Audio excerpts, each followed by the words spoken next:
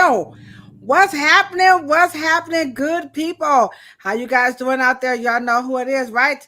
It's me, your homegirl, Ladosha, right? AKA Key Low, coming to you live and direct. That's right, I'm coming to you live and direct from a dang on living room right here in Cleveland, Ohio.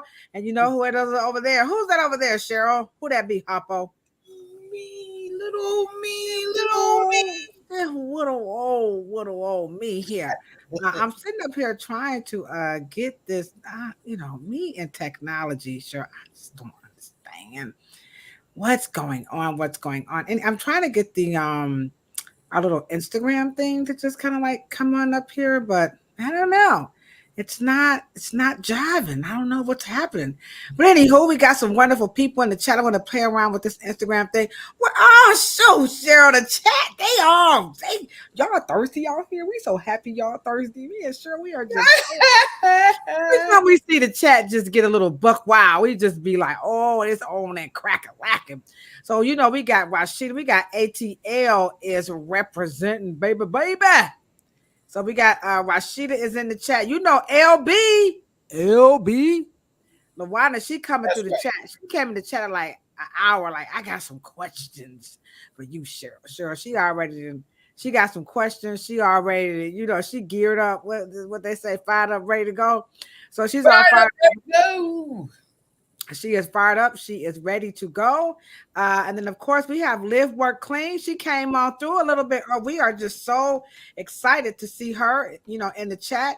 And then Wike, she's all good coming all the way through. So it's so good to see you.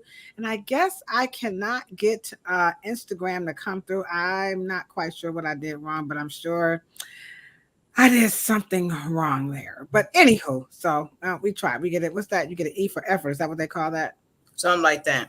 So some to that, you get an E for effort. All right. So anywho, we are here live and direct on Facebook. And then of course we are right here on YouTube. And boy, do we have a treat for you guys tonight. We have the one and only. And when I say the one and only, let me tell y'all something. If y'all thought Miss Jane Carter was on fire, then let me just tell you, tonight we have the lovely, luscious, vivacious, victorious Vah Vah Voom, the Lochairitress, all the way from North Carolina, is going to be coming into the chat in a few minutes. But before we give her this wonderful warm welcome, Cheryl, what's going on in your neck of the woods? I know we're all any K-hives in the chat. Anybody down with Kamala, I'm sorry. You need to, if you can't say her name, you're supposed to say what? Madam. Okay. So if you can't say it, no problem. Just say Madam President. So what's going on in lovely, lovely, sunny California? Rain. I know, right? I'm not used to you even saying that. Nice warm rain. Nice warm rain. Well, it's been kind of hot. Okay. We need some emojis in the chat. So can anybody tell us how's it going in your neck of the woods? Okay. So let us know. Excuse me. How's the weather happening over in there? So as you said, it's a little rainy. It's a little this. So are you doing anything? Anything specials going on in the world of San Diego? You've been posting some good stuff. So share. I went to the water main project.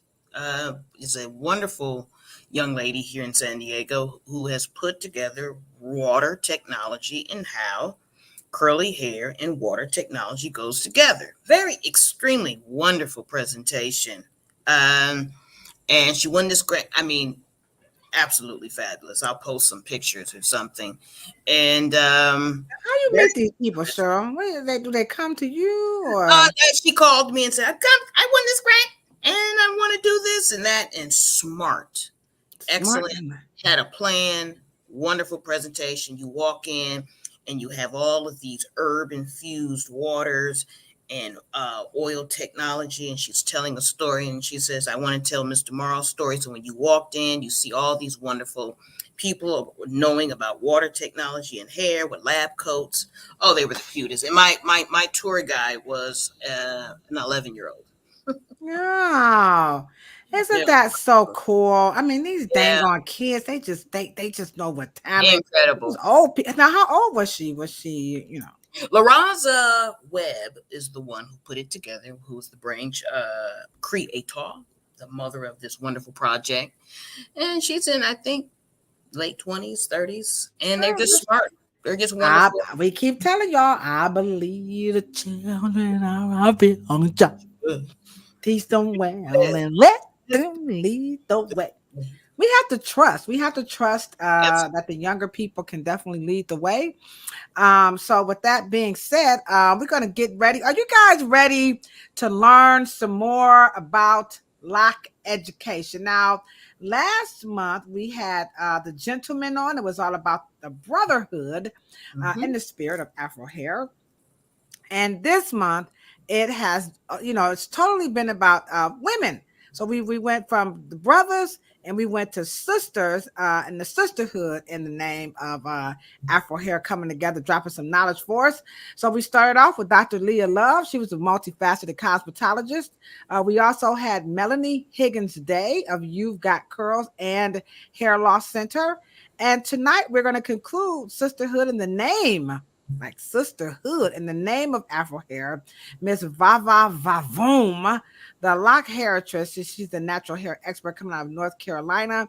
And so we you know, when we talk about this whole thing with the natural hair and all this other stuff, it's so much like confusing information, education, and training. And that is something that the public is always wanting to know. Like, what makes a person qualified? Who's out here doing the education? And so Kafele was here last month, and he is called the King of Lock. And I met him through Cheryl. He also attended the Afro Hair Summit. He's been inboxing me like on Facebook, like every 5 minutes, like send me the Afro Hair Science Summit.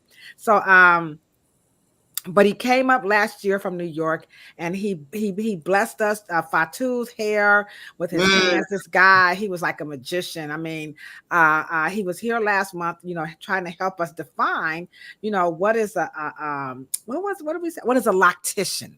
Yeah. And so we're going to pose that same question to Miss Vah Vah. Now, she's got a lot of experience, so I'm going to bring her in. I want y'all to do what they ask y'all to do in concerts or in church. Y'all know they want y'all, put your left hand with your right hand. Put them hand clapping emojis in the chat.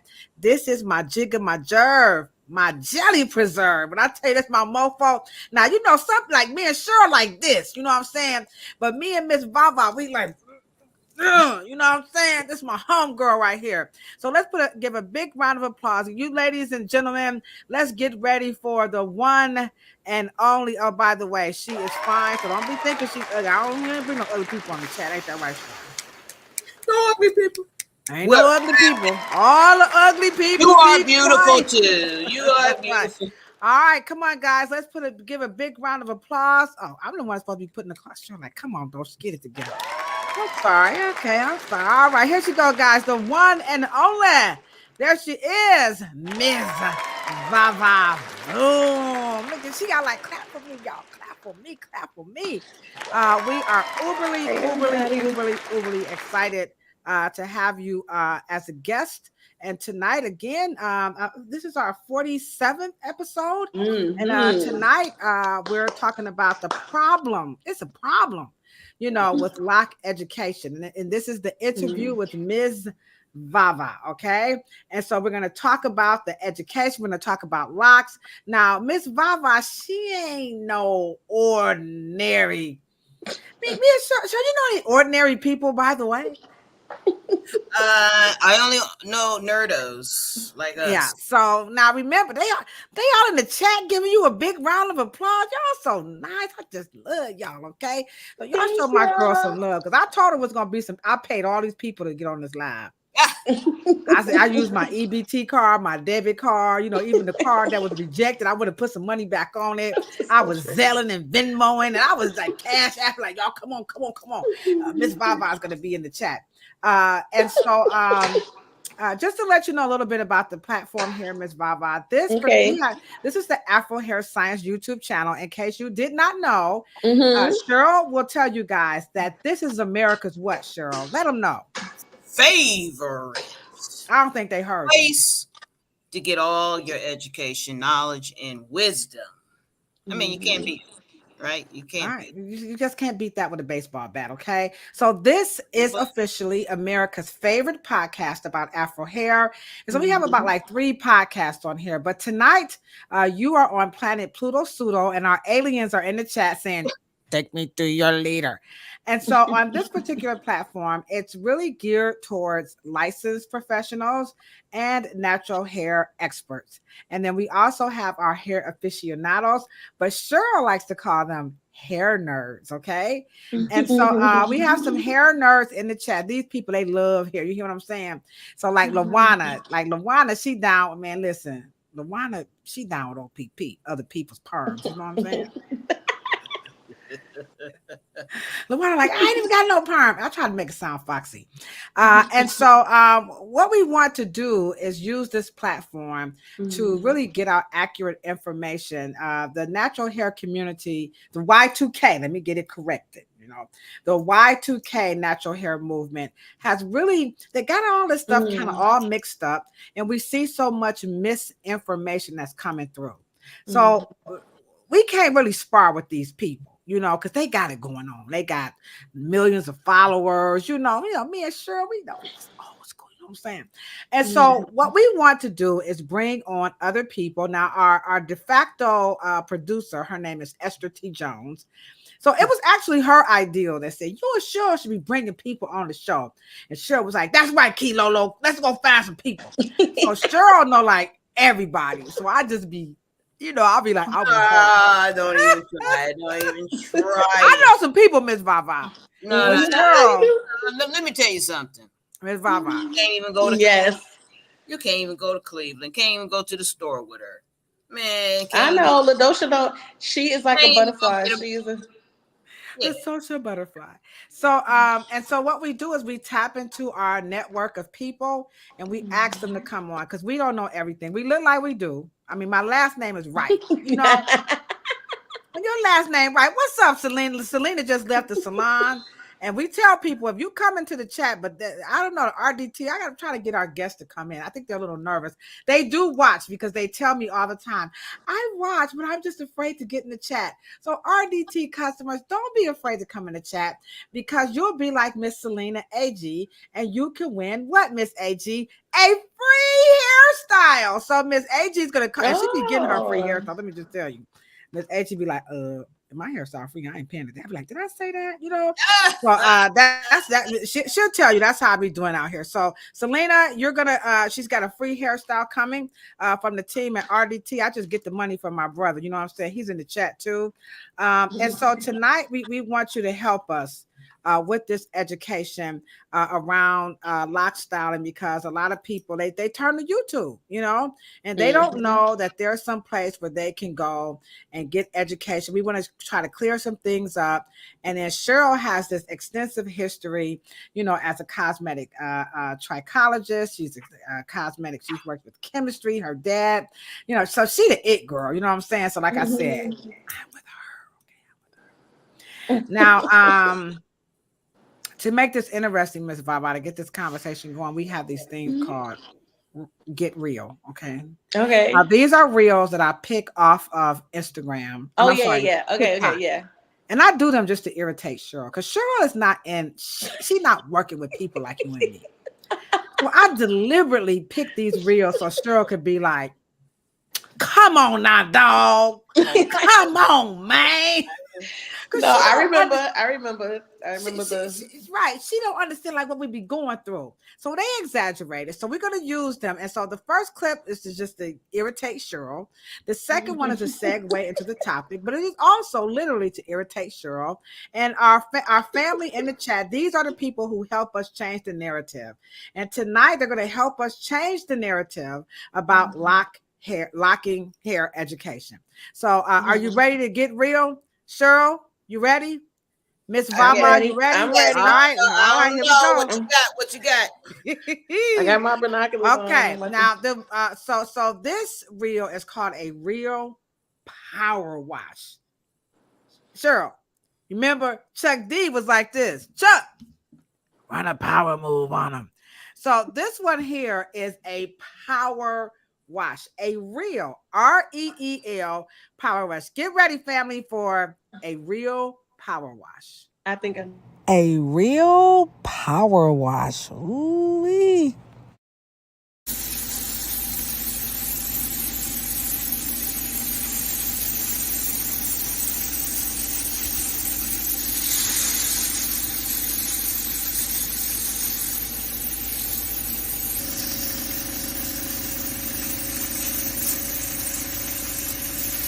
Come on now, dog. Come on, man. Now, I just want to know one thing, Miss Vah Vah. At some point, might that person still have to use her fingers to do something? I mean, I just want to know. I'm asking for a friend. Because she got the little, I don't know, is that like a makeup? I think that's the airbrush. Did you put the airbrush with the makeup on? So So I'm not sure what it is. I know they have pins that can do things like that, but that was the makeup because I tapped the link. So it's actually the airbrush. So it's an airbrushing and makeup airbrush like little and she got some shampoo in there because sure you don't know nothing about the power wash. See, we are so antiquated. We're actually washing hair with our mother foot plucking fingers. Can you believe we're cleaning the scalp? So you ain't ready for this. Miss Vah Vah, what do you think about the power wash? Okay, now I saw this video before. I knew what you was about to show me. Okay. What I think about it, that's so broad. You know, my mind is all over the place. I bet that felt good with all that stuff, Well, I realized that with the desire to entertain people on social media is really big. You know what I mean? They tell you the rules, like the 4 E's. It has to be engaging and educational, and they have all these different parameters of how you should create your content. But just because I don't think that everything that is done is necessary, and some things that are done that kind of look ridiculous because the already put in place standard for shampooing hair or washing hair, right? Like locks, I work with locks. You gotta wash locks. You put shampoo in locks when you wash them because it is very much like washing material. Okay. So you ain't power washing?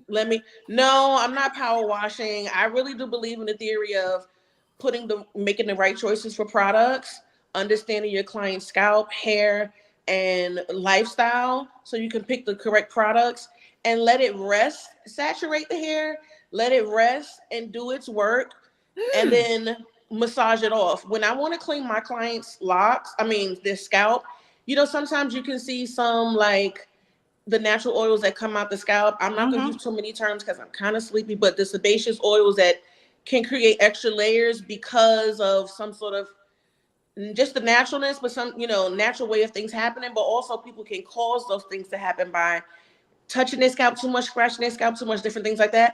I actually use my clients' locks to basically exfoliate, in a sense, the scalp. Okay. Because the naturalness of the hair won't abrade the skin. Especially if the hair is healthy. Okay. She coming all out the gate. You see that, Cheryl? She coming out the gate So with yeah, the, so basically it's just I basically fold the locks. I'm a demonstrator, y'all. Go I ahead. basically fold the locks over my finger like this and do Okay, this, if exfoliate. that makes any sense. All right. Versus I don't That's a bomb scratch. drop right there. I don't do this. I don't do this. And this can work, you know what I mean? But the sweat buildup or my clients don't have product buildup, but you know what I mean? Sweat But so you buildup and ain't with the different things power like wash. that. You're not gonna power wash it though. No, no, No, I'm not gonna sure, power sure you wash gonna sure it. you like that power wash. I mean, I think I was gonna go up and down the street and try to sell. I mean, when now let's just say if you were a shampoo bowl like Takara Belmont or somebody that you created shampoo bowl technology, water housing Mm-hmm. technology, and I can see it in terms of massage, Mm-hmm. Right. I can so, see it An stimulating experience, circulation. okay. I can see it stimulating the scalp. I can get with it. But at I some can see point, it you're gonna breaking have to through put your hand. products. She got to Yeah, I put can her see it. hands in there. Here, okay, all right. Yeah, but I Well, think it's kind of double work if it is to be included in shampooing. yeah, but that's I gonna agree. cost you. All right. So the chat is kind of like they're kind of crickets on that one. They're like, I don't know that guy. I don't know about that one. So the verdict is out on the real power wash. Now this one we showed before with Kafele. He didn't see it, and so he couldn't really answer it. Did he see And so it? he said no. He said he could not He see said the he couldn't video. see it. He said he couldn't see it. Yeah. And so this kind of got the chat. We was a little like, what? So now here's my thing. My personal gripe with locks, is that I just don't think the education around it is good. Now I am not a loctician, so we're going to start off with after we watch the video, we're going to see if you can answer what is a loctician. Because Cheryl, do you know what a loctician is? I have an opinion, but I don't think that we've ever had a classical definition.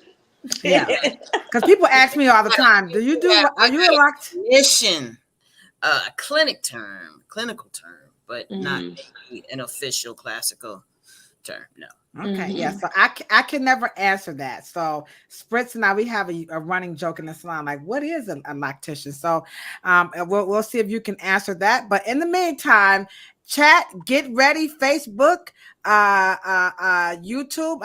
It says LinkedIn is there, but I don't see it. I go there, I don't see anything. But if you are watching LinkedIn, I'm sorry, not LinkedIn, Instagram. I'm sorry. If you're watching, I'm going to try it again. But anywho, here we go. Here is Real Locked Up. You ready, Miss Vah Vah? Mm-hmm. It's about a minute, guys. So just stay with us. So you guys drop your stuff in the chat. Here we go, Miss Vah Vah. Real Locked Up.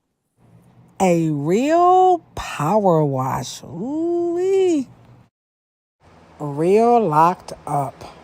Never had a retwist. Or we could go in with the scissors. We had to soften it up. We thought everything was going well, but I'll let JJ tell you the rest. Alright y'all, so this is JJ Law, guys. So here I am trying to cut through his hair. As you can see, it is very tough. That thing will not budge, okay? I'm trying to do a detox, trying to soften up the hair a little bit. I even had to have help because, it was a lot. So I am washing it, another detox, just to soften it up some more because that thing felt like it had a boulder. Alright, so we had to whip out the blade, as you can see. You see that? We had to use a lot of product in his hair, y'all. Like, we had to do, 3 detox, 5 shampoos. It was crazy. Going in with the retwist, he wanted 2 strand. Come on now, dog. Come on, man. All right. Wait, y'all, can y'all see me when y'all watching the video? No, we can't see you. Oh, okay. Because Cheryl was like, what's she doing? What's she doing? Everybody in the chat, just what is your opinion about the Real Locked Up? Do you think it's a thumbs up or a thumbs down? Just drop the emoji in the chat. Now, I know you said you're a little chatty Cathy. So in the essence of time, I just want you to just kind of just go on and go straight to it. Now remember, this is Planet Pluto Pseudo. Pseudo. So I have some, I'm gonna tell you off the rip. I got some reservations about that, but remember, locks ain't my lane. So I'm gonna stay in my lane, okay? So I'm gonna turn it over to you, and you got about 1 million people watching. They watching us from all over the world. So I'm gonna pass the ball. Okay. Now, thanks, Cheryl. I got 2 balls over here, right? Okay. All right. No. Now, can we give my girl? Come on. When I say won't he do it, Cheryl? That is as minimal Really as I won't. can get it. Hold But I on. will elaborate just a bit All right, on let me give you a several big round levels. of applause. He said, no, ma'am. Look at Cheryl. Because if you was going to say yes, Cheryl was going to be texting like, get this mother. No. What you talking No, about? I'm gonna address it in the levels to where how my brain thinks about it, right? Right. There's a lot of misinformation that's out there. I don't want to condemn anyone that is trying, right? Oh, ain't she sweet? I y'all? don't want to discourage people from looking for information. I just want them to change what they consider to be qualified.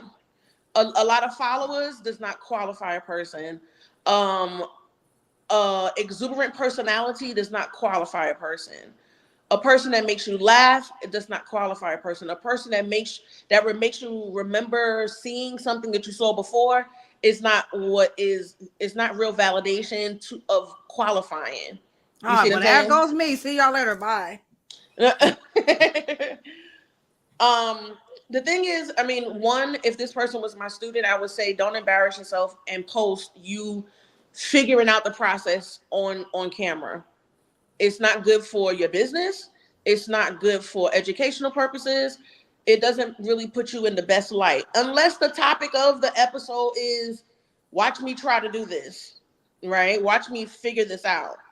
Because I think everything that people are showing or everything that people experience has a value, but it needs to be structured for reasons that we are communicating with the public, and the public is impressionable. Sometimes they lack confidence in their own personal experience with their hair. And when you see someone owning a business like a cosmetologist or a loctician or someone that has a business doing hair, automatically, with the brain being an associative organ, you're going to create the idea that this person knows more than you. And I think when we're dealing with natural hair, it's not just about showing that you've learned something and you have a business. You have to be rooted in the community, because working with natural hair is not just a business. It's not just what you've learned, but it is our culture.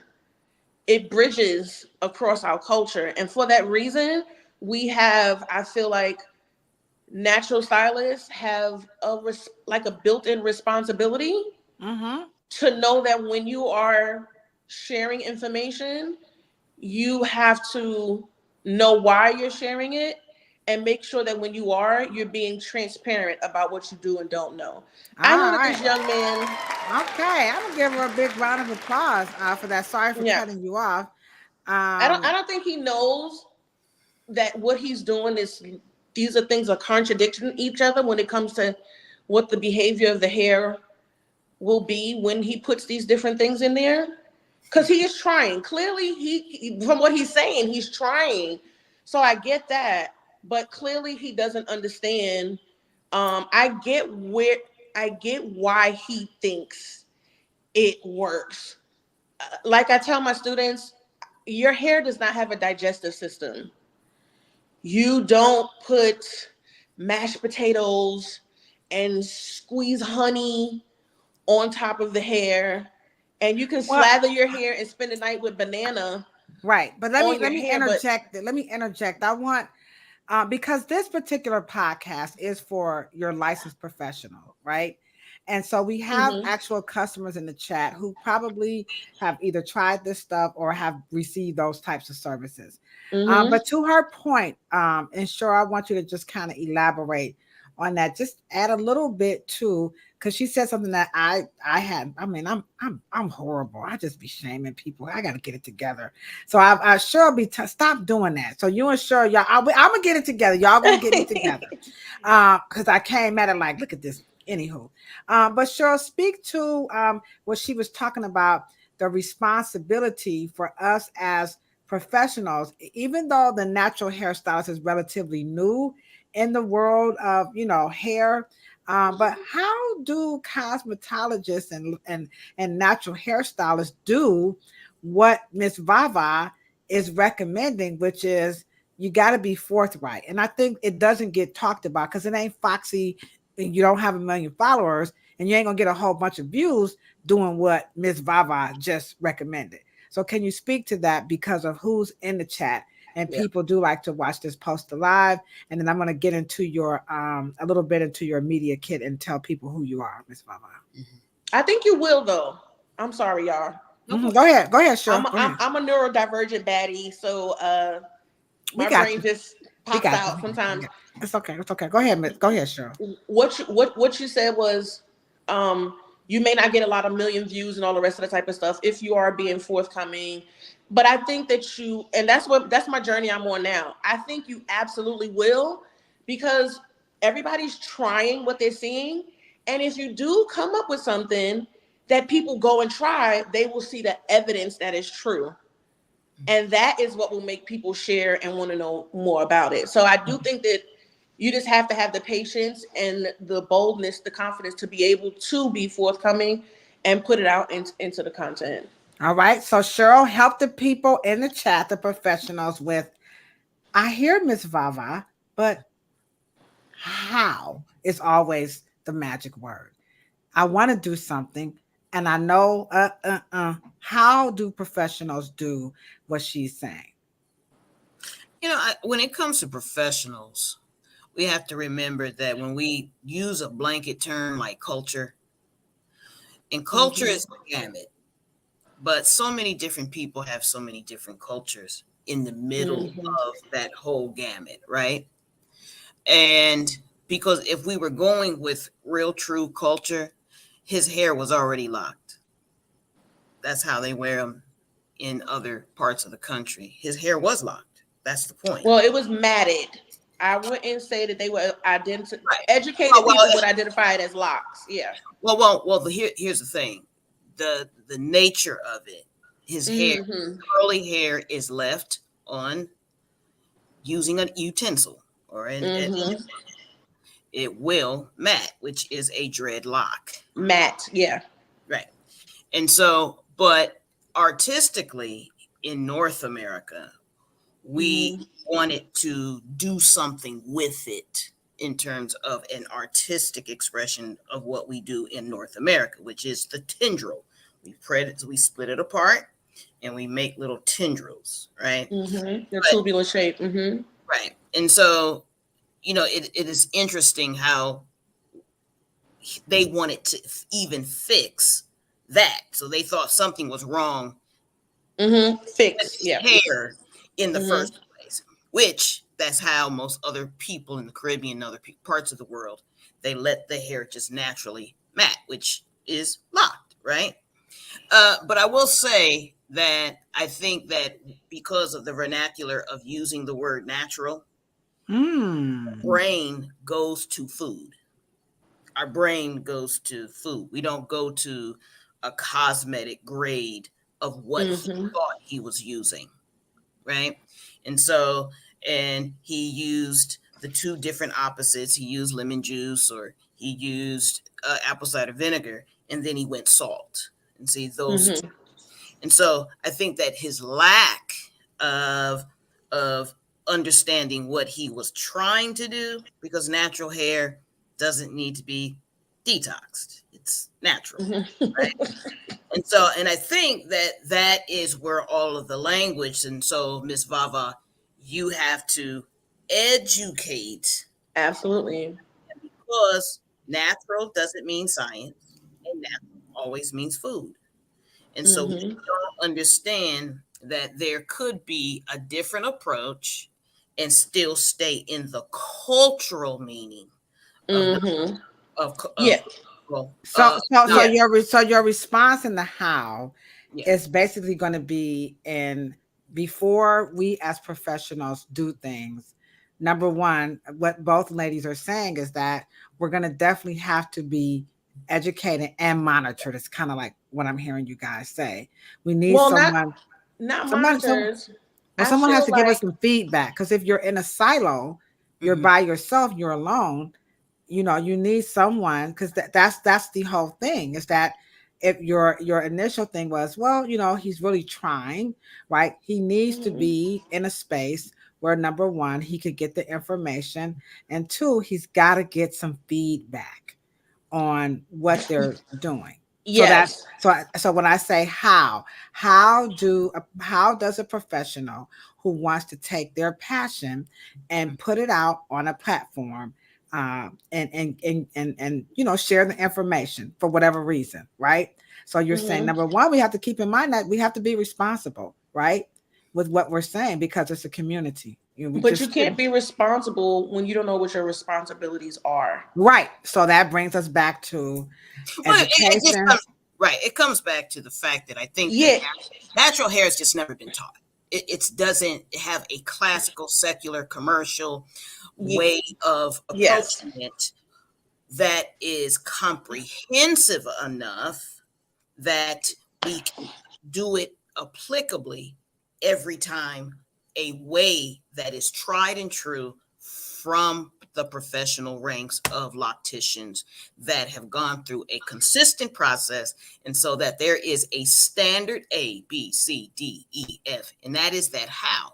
And I think that everyone is kind of like doing it. If they don't get to Miss Vava's class or course, and if they don't get Hmm. to understand Afro cosmetology, and they don't understand that, then we will be looking at videos like this and saying, "Oh, okay, he gets an E for effort. However, he did take the circuitous However, route yeah. to trying to clean and cleanse, and then re create these tendrils to where the scalp is more exposed and more exposed to air, and so there's no real defined way. It's almost like the question you started with, Ladosha, the defining of the art form. Right. What is it, and how do we do Right. it right every time? Mm-hmm. Not so many Yeah. other different standards. Yeah. All right. Okay. So Oh, now, professionals, you got some feedback with how. Well, were you going to say something right quick before I do your bio? okay, y'all. Girl, don't be being shy now. Come on, this Miss Vava. Y'all better Okay. drop them V's in the chat. Well, Miss when Vava. I'm talking, I can't hear myself. There's no clock in front of me, so those you I good got at you. I'll you good at interject. sweeping in. I'm good. I'm good. Yeah, I'm you're like, good at sweeping in. So here's the thing: when someone says what they need to, the level of observation, even if you're in a salon by yourself, and I know that there's this big move where people are getting studios instead of being in the salon where they're lacking the community education. Even if you're working by yourself in the salon by yourself, you still need to observe and catalog what you're seeing. You see what I'm saying? Because hair behavior and understanding, the reason why it's very hard to figure out what the standard is when it comes to locks is because we haven't even given someone a chance or chose to dig a little bit deeper understanding hair behavior. Because I personally don't really feed into the hair type chart, because on each, anybody that has experience, here's the thing, the word professional, you can get licensed, but I don't think people really become professionals until they have more experience. And experience with the public is very different from experience with your instructor and your fellow students. And when you and you're a colorist, Ladosha, the way you color hair, you know that throughout a student's process, they're gonna mess up somebody's color. They're guilty. going they're going to be lacking some level of effectiveness in what they are attempting to do and what they've been taught to do. So the idea of being taught to do something putting it into action and being able to do it consistently where you can be relied on. And then you can also depend on your integrity and all these other different factors, because locks and natural hair is a multifactorial type of, get up, right? The thing is that just like a artist or a performer, like a musician, like how we say loctician, a musician is someone that, now these words can be used interchangeably because people don't know what they mean, but they use them, and I'm just a really big stickler on words, right? A musician is someone that performs music, right? It does not mean that they do it well. It means that they do it. Someone that is a professional musician is a different category. Someone that is a musicologist, or let's just say a lockology, the study, we don't have to change the English language. Lockology is just like biology, like the study of, right? And the psychiatrist, psychologist, all of these prefixes, suffixes, and all that type of stuff, they have meaning. Just because we put the word lock in there, and the word lock is what throws people's brain all over the place, doesn't mean that these titles and these names don't mean anything. And it doesn't mean that there isn't a standard. But the way a person can check themselves is seeing the results, not just the results, but the lasting results. You see what I'm saying? Lasting, not just it's lasting because it lasts, but also to comparative of lasting, meaning lasting longer than the average. Y'all You getting see a what little I'm saying? deep. Y'all So getting that's a why little. techniques and methods and principles and guidelines, which are all different things, right, have to be understood. Like English, it's very hard to teach someone if they don't have the English down. Right, but it's still what it boils down to. What we're saying so far, what I'm hearing both of you ladies say, education is going to be key when it Yes, comes to the. but This is a experience, challenge. because everybody can't teach. Just Right. because someone knows how to do beautiful locks doesn't mean that they know how to educate. All right. So with that being said, go ahead, Cheryl. What you gonna say? Go ahead, Cheryl. Take it away. You Nope, good? I You good? agree. All right. All right. So let me tell people a little bit about who you are, because they're like, well, who is this Miss Vava? She all foxy up here with them words and them hand motions, and she getting a little deep. She's definitely a hair nerd. She just up here. So let me just kind of let me see. Is this the one right here? Make sure I got the right one. All right, there she is. This is her. Now I wanted to show. I'm not going to read it. All right. But what I want people to see as professionals, because I thought this was slick, Cheryl. So this is her media kit, right? Mm-hmm. And I was just Cheryl got some media kits that's off the chain, because this is what she do. I mean, Cheryl just whipped this up in the middle, she picking a booger or something, so I want you guys to see the media kit right quick, because these are really, really, really important. And whoops, sorry, guys. Okay, so here she is. There. Oh, wait a minute, let me go back. Sorry. Here we go. So there, you're gonna get an intro about who she is, about her services, right? And then you're gonna come on down, and there she is, giving you the tiers and so on and so forth. And then to top it off, she's got some more images, and she has her social media and all this good stuff. Now, remember, this is what this particular podcast. Remember, this is Planet Pluto Pseudo. So I wanted you guys to really see that you need to have this. All right. So I know y'all like So before I go into a little bit about who Miss Vava is, sure, right quick, can you just share with them why media kits are important? Because I asked her to send me a headshot in the bio, and I was like, damn. So we got a lot of professionals in the chat. It's getting pretty full. So right quick, why are media kits really important to a professional's career? And then Miss Vava, I'm going to shoot off a little stuff about you. We're going to hop right to it. First of all, you're not going to speak to everybody that is interested in your skill set or will hire you. They're not going to call you first. They may want to make their own decision of whether to contact you or engage with you, or it allows, it's the same reason why, people hire people from resumes, right? Mm-hmm. It is something for them to retain. And also, you never know whether, there's a lot of agencies, there's a lot of people in the world, a lot of people doing events, a lot of people doing a lot. And they want to be able to find somebody to do either a wedding or an event, or they do a photo shoot, or they're doing a video.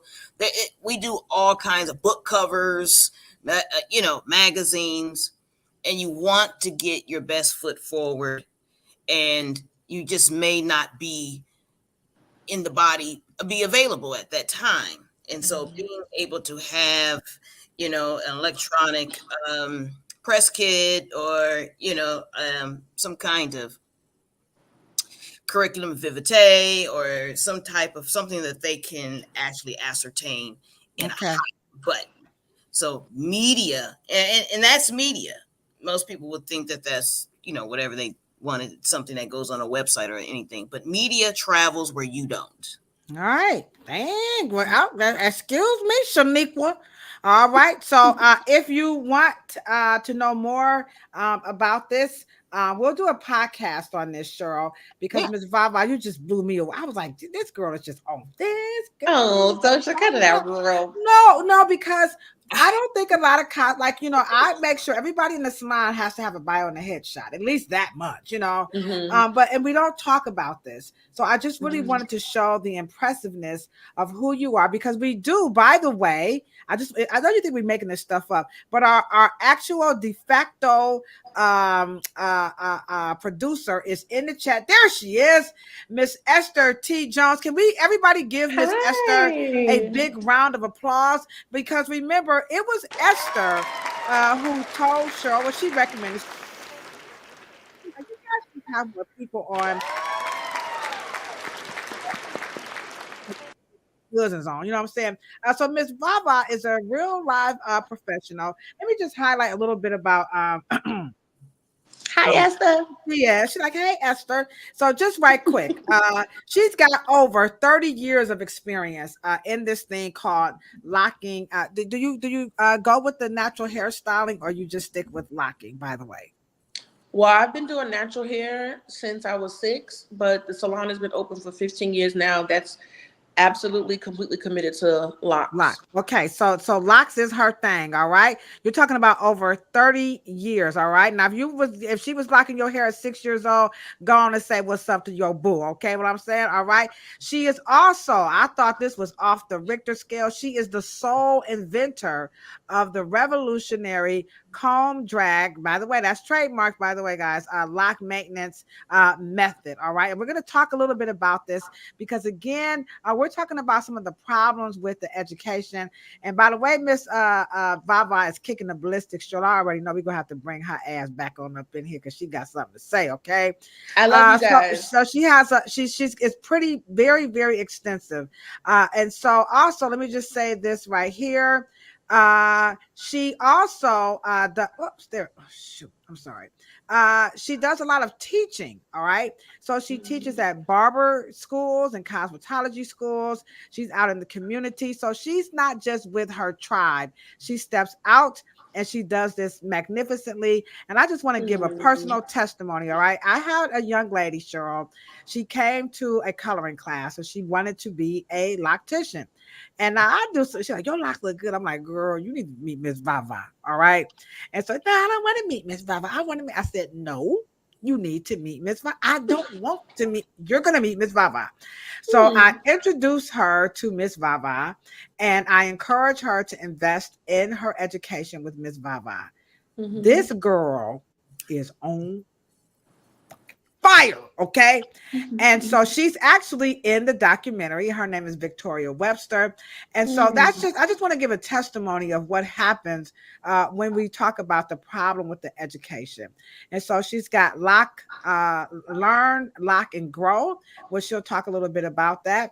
And she also has a title that she's called herself Lochairitress. So with that being said, she's also from the lovely state of North Carolina. Again, 30 years. So your lock questions, your scalp questions, get ready, because I can't answer them. This is not Cheryl's and I wheelhouse. So y'all better take advantage of Miss Vah Vah, because after this, it's going to cost. So she will be free the next little bit. So let's start off with number one. What is a Lochairitress and a loctician? Because, and the reason why I want you to answer this, once we can know what that title means for you, and then two, people want to know, is a loctician the person to go to get your locks versus somebody who just does locks? Okay, so take it away, Miss Vah Vah. Okay, so that was 3 questions, right? Go for it. Now, you know I'm always very transparent. The media kit that I sent you with the Lochairitress was the wrong media kit because it normally says the lock expert, right? But the Lochairitress was a play on. I was doing a class at a church actually, and they were talking about how you get to speak to your hairstylist therapeutically while you're getting your hair done. So I played on the word with tresses of hair, like psychiatrist, lochairitress, but hairitress. Okay. So it was kind of like a, like a little wordplay. Wordplay. So, All right. but it does normally say the lock pundit, meaning you can ask me any question, whatever it is, right? Or the person that people go to ask questions, or the lock expert. I want to be a pundit, okay? I'm stealing all this shit. I'm telling you right now, I'm a haircut pundit. Okay, I do change it for the media kit, depending on what your target audience is. If it's about me going to speak to someone like the 4:00 news or something, you know how they like introduce businesses. I choose the title to be as broad as it can be or as inclusive as it needs to be, depending on what the she's dropping jewels, ain't she, Cheryl? The idea. Go ahead, Baba. Y'all better get y'all notebooks and drop this stuff down. You trying to level up your career, or you're looking for that professional. She's giving you at least like a baseline of what you can look for. So now we have that. Now, what is a loctician? Because that does come up. They ask us this question all the time, and me and Cheryl like, I have no idea. Right, just like Esther said in the comments, right? She said that a musician is someone that plays music. Ladosha, you know that I am a retired opera singer. I am classically trained. I have my degree in vocal performance. Voice is my instrument. So I'm not a stranger to kind of understanding those words, but I also know that I'm speaking to people that may not have as broad of understanding on things specific. So I want to be relatable with the way that I say things, right? More intimate conversation is when I think it's more appropriate to be more detailed. Sometimes when it comes to education, conversation and education, in my opinion, is two different things, even though I can't help but to blend them too sometimes. So someone that is a loctician, in my opinion, is more like a retwistician. Someone that performs retwists. You see what I'm saying? Because you're really on the last 80% of 100 when you are working with locks. Because the starter lock phase is really where the most work and education is needed. Gathering hair, if you can put your hair in a ponytail, if you understand the concept of putting the hair in a ponytail, you can understand the simple concept of retwisting hair. You're organizing the hair, you're securing it with whatever technique it is, palm rolling or whatever it is that you choose.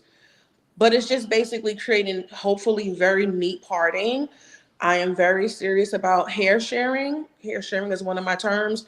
Hair crossing over the part, because that actually causes hair loss. Uh-oh. Okay. Oh, shoot now. Even the parting of the base of the locks. Leverage, I don't want to get into physics and all of that type of stuff, right? But all of these different things contribute to the way the hair and the scalp behaves, especially with the need of it lasting over time. All right, so let me use a clip to help everybody get a visual. All right, so she talked about starting locks, and then sure, we're gonna have you come in and just add, because I like when Cheryl kind of put a little sauce on it. All right, so here you go. Starting the locks and parting is what we're gonna start right there. Here we go, guys. And then look at that. So if it's coming out like that, okay, this is not finished. All right, I want you to look at these and then look at that. So this is obviously not finished, and I want you to actually finish it.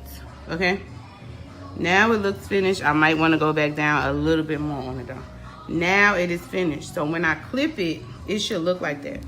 As I keep going up here, loosening these up, this should stay looking like this. If it starts to look unraveled, then I'm gonna go back and fix it so that it could dry in this position. This is what we want. And this is what's gonna bring the customers back.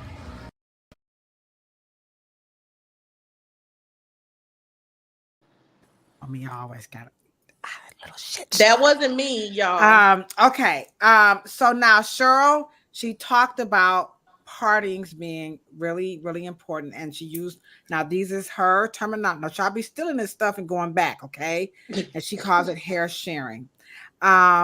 So why is scalp care, in your opinion, really important with these locks, Cheryl?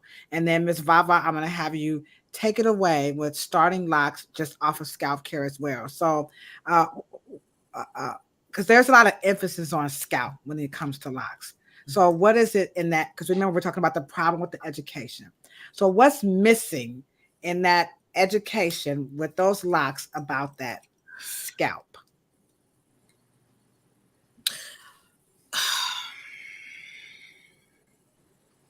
Well, after the hygienic portion of the education portion, right? Mm-hmm. You get into the what we call the tension issues, right? And the weight issues and the pulling issues. And let's just say if we could count how many hairs, individual hairs that are in each lock, right? Mm-hmm. And, and I'm only going to answer this question from the perspective of what does the scalp, in terms of it being either the message it sends to the immune system, either it's too tight, because we prefer appearance over health, right? And so if it looks, because she was teaching, she said one of those locks weren't finished and she wants you to finish it, which means that from her perspective, finished looks appealing. And it's a twist all the way down towards the end. I think that as long as it looks neat, I don't think that we understand how that may be the opposite of what is going on with the tension issues about nerves and feeling and scalp and things of that nature. But I will say, I'm answering this from my just cosmetologist, cosmetic trichology perspective. But hopefully that the loctician or the retwisting professional is aware that locks are going contra to the growth pattern of Afro textured hair. And so contra, what do you mean? I'm sorry, I didn't understand that. The tendril is going towards the ground, and that is contra. Okay, I got you. Okay. To what Afro hair comes. Hair is supposed right, to. exactly. So hopefully the loctician is aware of that once the hair is being twisted and is finished. All right. Okay. So again, guys, we're talking about the problem with lock education. That's locking the hair. So we start off, we got a couple of things you see out the gate. Number one, how you present yourself, your education. Even if you're isolated, Ms. Vah Vah says it's imperative that you take the time to get a pen and a pad or your notes out of your phone and just kind of track what you're doing and pay attention to it. And they just can't repeat education enough. And now we're getting into partings and the scalp. And so scalp care and lock education, that's a challenge. And so Cheryl is giving you a context of where you want to be looking for that, in your education, is to kind of hear the importance of the scalp by way of the weight of the lock. So Ms. Vah Vah, it's your turn. learn to kick the ballistics with the parting, the palm rolling, because this is the problem with the education. What I see, and I'm not a lock person, I'm not a natural hairstylist. I'm just saying what I see as a cosmetologist. I'm gonna just cut through the check. They're too tight. You know, the parts are just, oh my, I don't know what these folks is doing, but they come in the salon, they're too tight, the heads. So start us off with, and I know you saw the video, so take it away, Miss Vah Vah. And I know you can't get this in 2 seconds, so you guys are going to have to take notes and listen because this is very intense. Okay, so one term that I want to address is over twisting. Right? Now, of course, sometimes terms sound like descriptions, but a term is a term, a word is a word, a noun is a noun, a word is a word. You see what I'm saying? But over twisting is a lot of times misunderstood as how often you get your hair retwisted. But it is really about the level of tension that's put on the hair when the hair is being manipulated whenever, even if you're retwisting your hair on a daily basis, right? And sometimes people may consider how many strands of hair are in the lock, what if it's a micro lock, if it's being interlocked, if it's being It's twisted. already in the chat. They got that question. So right. Yes, as the okay, so I'll get to that. I actually had that conversation with someone today.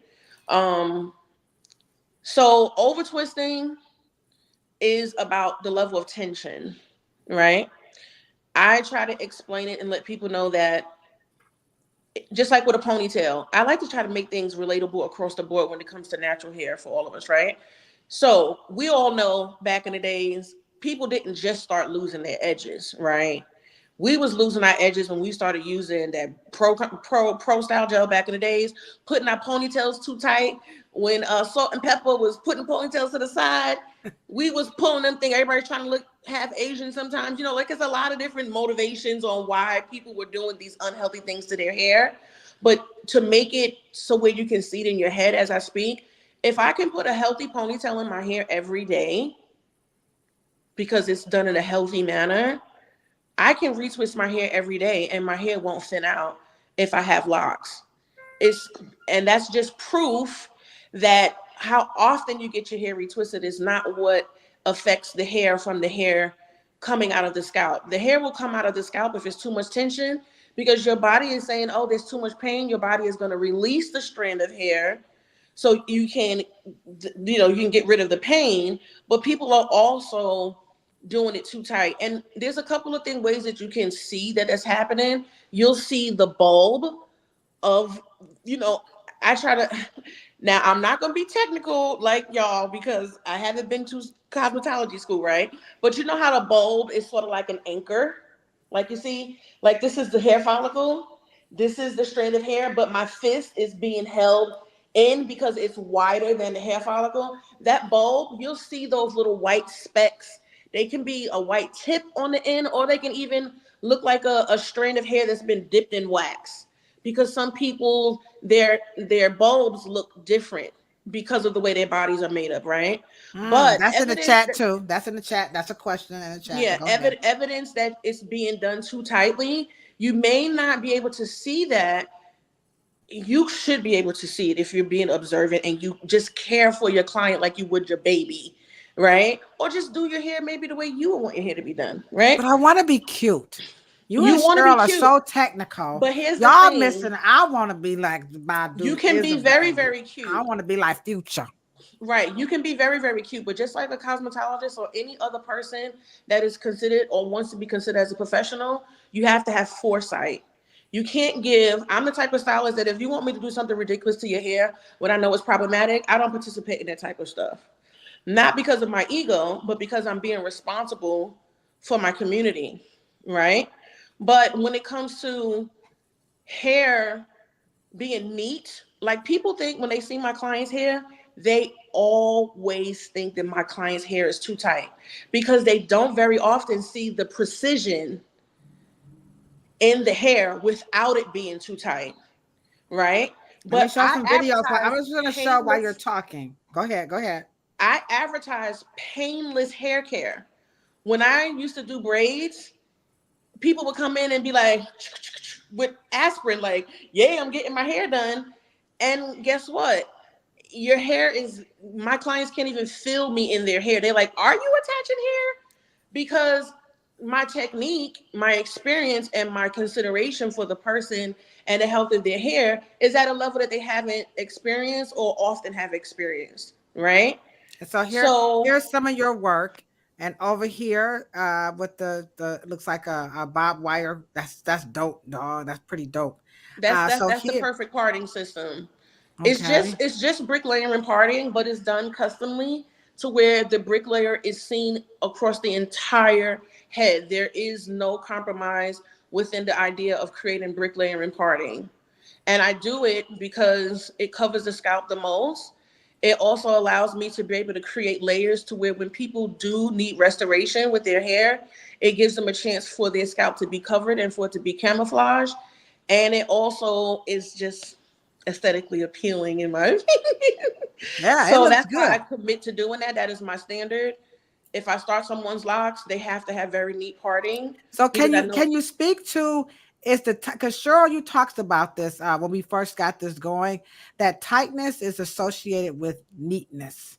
So what That do you say? Because that doesn't look tight, but it's neat AF. I ain't gonna cuss y'all. YouTube be flagging. So these styles look, they're very neat, but they're not tight. No, So they're not tight at all.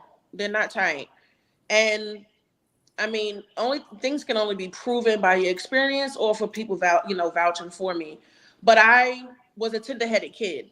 So that's why I'm very particular about making sure that I'm not doing it tight. But once I educated myself a little bit and started to understand and actually notice how things were, like a retwist. If the retwist is done too tight on the day, for example, here's a breakdown.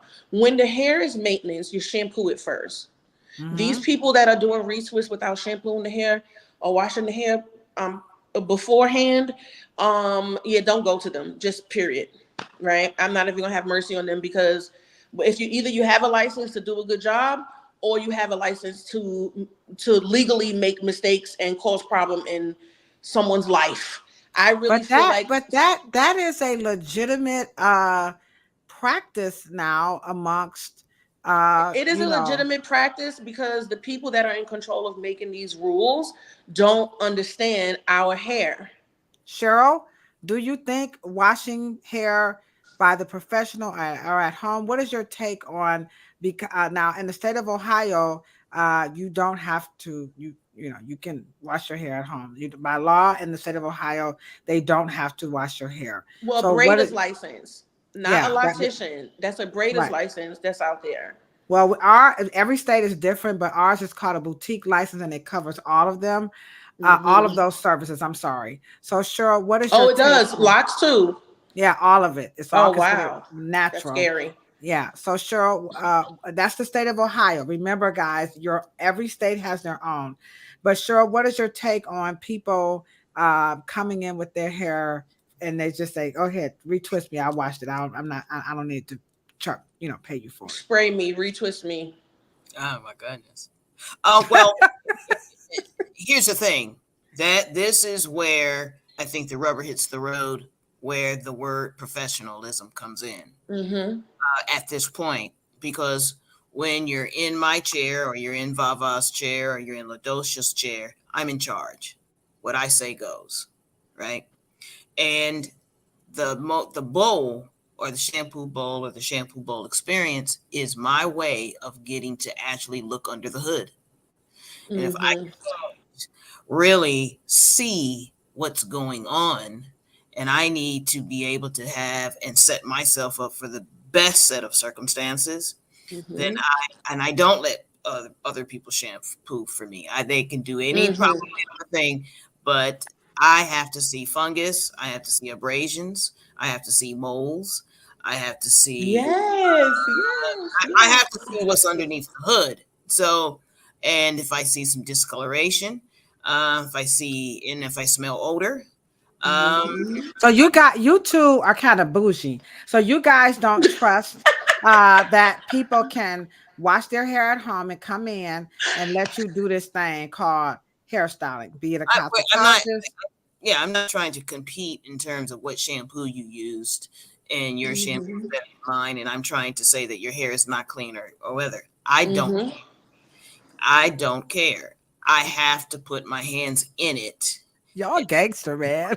Right, right, and be very close to it, so I don't um, delegate that process to anyone because I have to I have to feel it. I have to see if the hair is mushy. I have to feel, I mean, there's just a lot of and plus The scalp, yes. The people lie.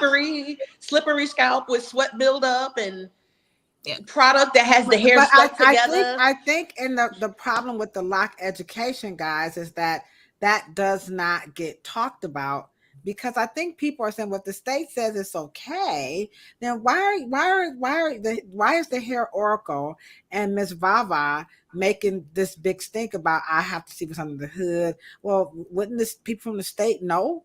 Take it away, Miss Vava. No, they don't. And I've worked with North Carolina State Board of Cosmetic Arts on the test that they created for the natural hair care specialist license that they were requiring us to have, pretty much because the city was getting sued too much for these like bootleg salons.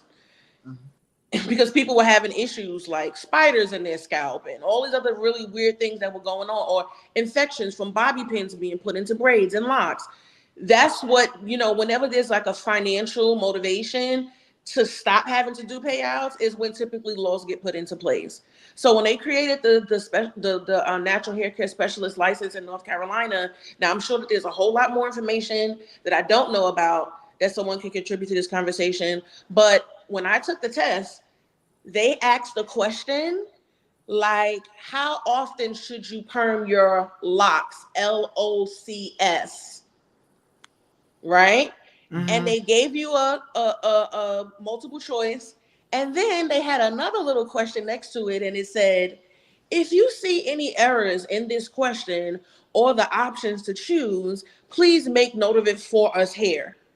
And I took the test and I think it's Tore like it up. 300 questions. I got 299 questions correct, and I helped them to curb and correct these terms that they were using that they just had no idea what they were. They were Mm-hmm. only using what they understood about what is already the standard in cosmetology schools or what they've heard about what's going on in the streets, and they created this test that they couldn't really enforce. And that's why after they took everybody $75 and had us spend $200 on equipment to be able to come and take the test, they just decided, hey guys, just go online and buy it for $30.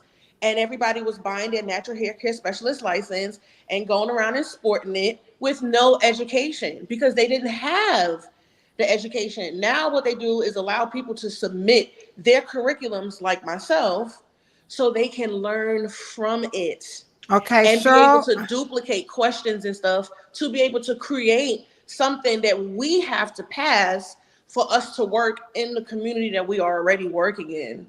Now we have people who are in the chat. Everybody is not from Ohio. And so Miss Vava gave her take on what she's done to help, bring the powers that be into alignment. Now this is a big task. But It there are is. cosmetologists are in the chat. So Cheryl, how can cosmetologists do what Miss Vava did in their particular state? Because she saw something and said, you know what? I don't know about what y'all saying, so let me help y'all out. So any suggestions for people who are like, well, in our state, they don't have anything. In our state, this is that. Da, da, da, da, da, da. I think the cosmetology board in your state, Vava, has to be open to unstandardizing things that they don't know that they know they don't know. Now this is for Yes. all, not just Miss Vava state, guys. So her statement is Oh, for. this is all over. This is all Okay. over. But I've been through the process in my state. This But is most states are not open. So no, they're not. how do people get to those people in those states? Sure. What any tips for You, them? you can start by finding out your state's board president. Hmm. Okay. And I do believe that the commercial and the secularization of what locks and natural hair have made the media. It is now ubiquitous almost. So there is more openness to understanding that if we don't get a hold of this thing and we don't go to the ones that actually know it, then we could possibly be undereducating these people that we are giving this license to. I mean, and I know, start with your board president and then start with some political brokerage behind you. So you And that goes back to what Miss Vah Vah was saying, that our role is beyond the chair. It really, really Absolutely. is. You can't, I know you're like, I'm a solopreneur, I'm a hustler. I don't know which one to call yourselves today, but I hope you guys are taking away that part of your career, whether you're an owner, whatever you want to call yourself, you have to be involved and be bold, like Miss Vah Vah and Cheryl has given you some tips how you can do it. Now we do have some questions, so I want to make sure we get them. So I'm going to start from the bottom and work my way up. So we have a question right quick, and Miss, she says, Esther wants to know, is there a difference between micro and sister locks? Yes. And then she has, who's a good candidate and how young is too young. And let me just show a video, because I have a video. I think I have a video on that. So let's see if this is it.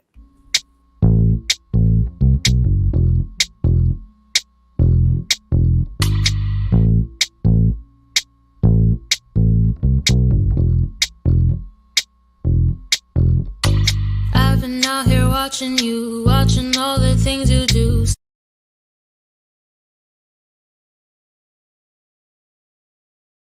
All right. So that was a technique, and I'm like, I don't know. So talk about these techniques, and let's get Miss Esther's question. I'm like, I don't know what y'all doing with this stuff. Anywho, I'm hating. I'll tell the I'll, truth. Go ahead. I'll start at the bottom. How young is too young to start starter locks? I don't think anybody is too young if we are understanding and considering lifestyle. Having locks is not really just a hairstyle. It really is a lifestyle. There's things that you need to do on a daily basis, typically to get the appearance that people typically want. Now, I'm saying typically because I don't want to say it's definitive, because some people want to do freeform locks and some people want highly manicured locks. Some people want to argue about dreads and dreadlocks. You know what I mean? Like all of that type of stuff. I just like for when people are, if you are making the foundation for someone's head that is young, in my class, I take this little balloon and I draw a pattern for the foundation of the locks. And then I blow up the balloon. I ask everybody, does this look okay? And they're like, oh yeah, it looks good. Then I blow up the balloon, because the child, if you're starting young, head will grow, right? But now you may have too few of locks to give them the variety that they want, which is associated with their lifestyle and creativity and whatever, right? But then also you don't have the foundation set up in a way to where you can give them what they want in the future. Yeah. So you typically need to part smaller you got to know what stage the child is in, right? Like, is this, some kids are like Now, 8 where years they old. gonna learn this at? Now, come on now, because I ain't never heard of this one. Now you just dropping ballistics. Now, where would they go to learn this at? It's just my head. I'm told saying, you, I'm a neurodivergent no, but do you baddie, teach? so You teach this? yeah, I teach They that. can come to you to teach that. Okay. Yes.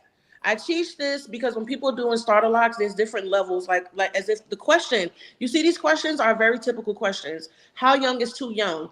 Somebody that doesn't know enough about hair and hair behavior will say, oh, her hair, they're too young to get their lock started.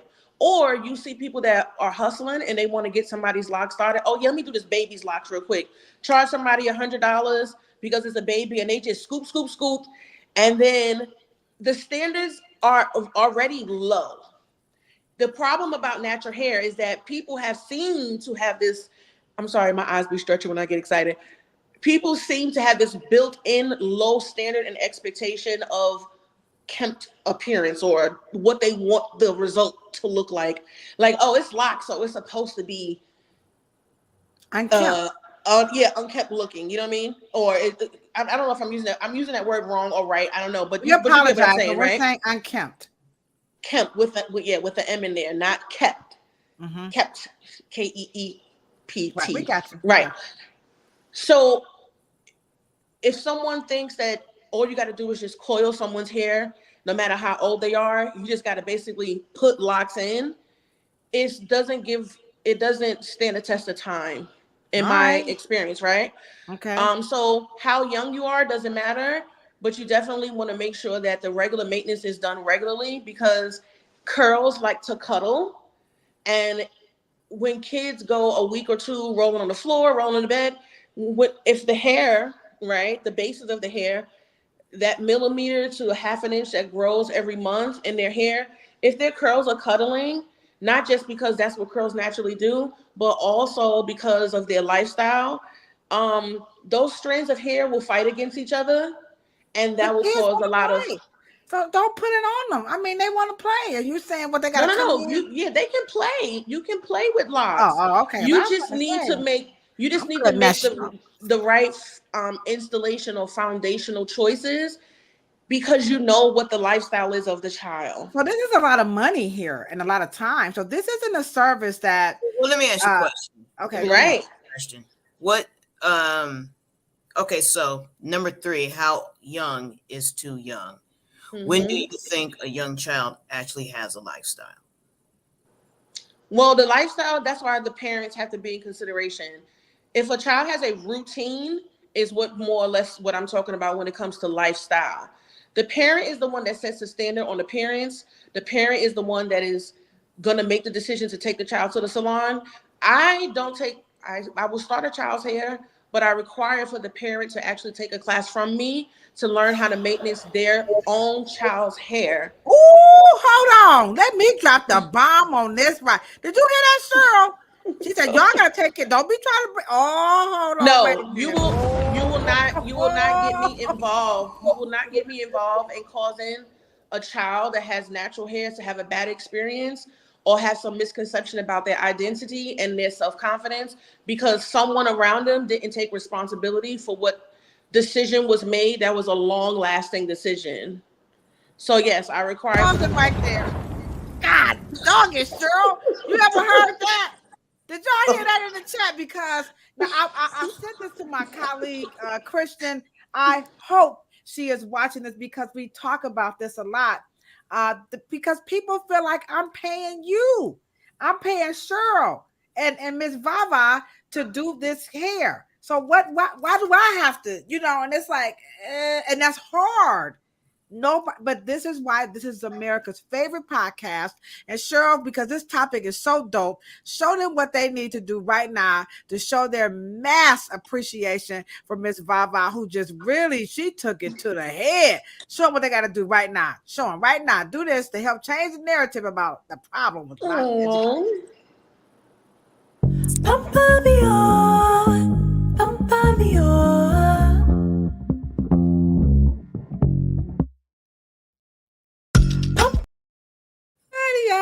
Now we are going to be hosting World Afro Day. I'm waiting, for it to be Ooh. official, but I'm gonna tell y'all a little bit more. But it's coming. I done sent Cheryl the email and everything. So that is something we need to say that. And not that is a lot of that has not been said. So take it to next number 2. What kind of people are good luck candidates?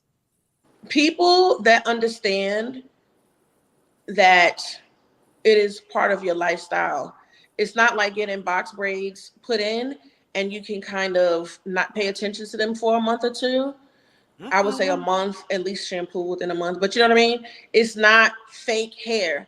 It is your natural hair. You have to understand that when your hair is healthy, your hairstyle is probably going to last 3 days at the most at its pristine level because it will have its natural response. Unless you're using like liquid cement, like pump it up, you know what I'm saying? Which may give you an appearance that you think you want, but when you wash it out, your hair is going to disintegrate. So my responsibility and our responsibility as professionals is to teach people sometimes you have to teach people what they want and what they don't want. And the only way to do that is to educate them on the results of what will happen with their choices. So when someone is a good candidate, once you understand their hair behavior, their lifestyle, the professional has to calculate all of that and say, micro locks is good for you because you can afford it, or micro locks is good for you because you don't have, some people have a fleshy scalp, right? That's like meaty. And when the hair is maintenance, the hair is wet. The level of elasticity changes, right? They slapping them And if micro you, links on I'm like, ooh, but that's the thing. When the hair is wet, it has a different level of elasticity. If the hair is manipulated with like twisting, like palm rolling, it leaves a little space for a little give when the hair is unclamped and dried, right? But when it's interlocked, if you knot it at its highest level of elasticity and you knot it down to the scalp, now when that hair shrinks a little bit more on that microscopic level, now it's too tight for the scalp. And that's why a lot of people are figure questions like, don't micro locks thin your hair out, or don't locks thin your hair out? And it's really not the style. It is really the lack of education and maintenance and foresight of the professional. okay. So what is the difference? I'll pull up a picture. What is the difference between a micro lock and a Traditional lock. sister lock? So Oh, sister lock. You have micro locks and you have sister locks. I just got some images here. So let me just let you, and you could talk, but I'm just gonna bring them up. Let me take your comment down, Esther. That's the last one. And Lawana, we're gonna get to yours next. Sure, you're gonna answer Lawana's question about the hair bulb. She came in with that in the beginning. So what is the difference? Let me just bring up an image. Yeah. What first? What are they? Because I don't know. Please don't be asking me. Okay. This is not my wheelhouse. Micro locks and sister locks fall under the micro lock category. And the technique that's used to create this lock is called interlocking. It is typically, if you had to imagine it, it's like backwards braiding, like the tendril, like Cheryl was saying, is already created, but the shaft of the lock is pushed through the base, and optionally different directions, and optionally a different amount of times to tighten the base of the new growth. Right? What are you talking about? Hold on. Okay. Wait a minute. Don't say nothing. Wait a minute. Hold on. I got to do it, sure. I'm sorry, Miss Vah Vah, but you knew, and I got to hit it. Hold on. Wait a minute, Cheryl, like, don't do it, but I got to do it. Because hold on. Wait a minute, y'all. Did y'all hear what she just said? Because I didn't. Hold on. What you talking about, Will?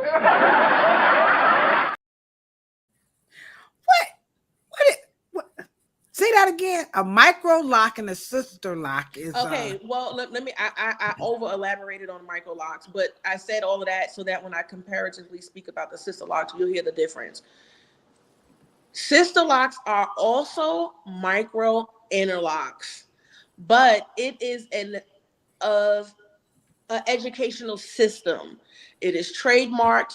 They have their own to-dos and to-don'ts. They have their own products.